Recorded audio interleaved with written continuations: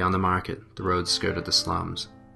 The sidewalks stank of piss and rotting vegetables, and dogs shrank away from sudden movement. Poverty had soaked into those broken streets deeper than any stain.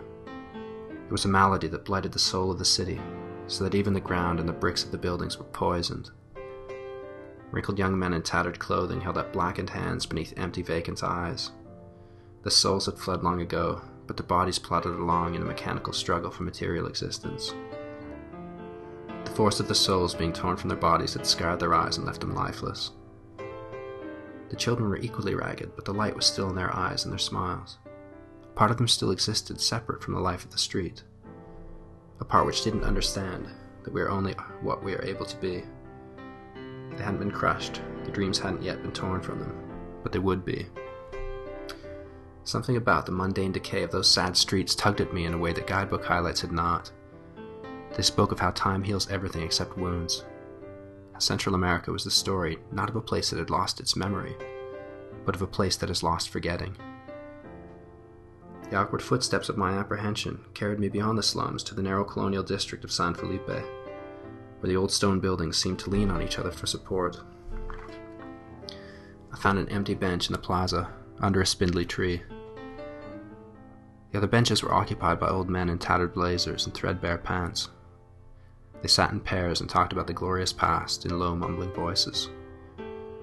On the east side of the park, the leprous shell of the Hotel Central squatted in its own filth. It was difficult to believe that it was once the establishment of choice for canal officials and other dignitaries. European opulence in New World exile. Those days were a distant memory.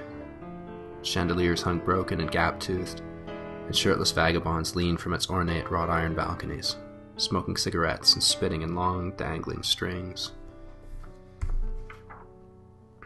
My nose caught the scent of a gentle sea breeze and a promise of freedom from the claustrophobic streets. In the distance, I heard the dead clanking of a buoy and smelled the salt sweat of the sea. I chuffed up stone steps to the top of an old seawall. It was pimpled with the droppings of circling gulls. The whispering wind brought the rotting essence of seaweed and the drying mud of tidal flats. The grey Pacific waters were scattered with the D-Day flotilla of merchant vessels.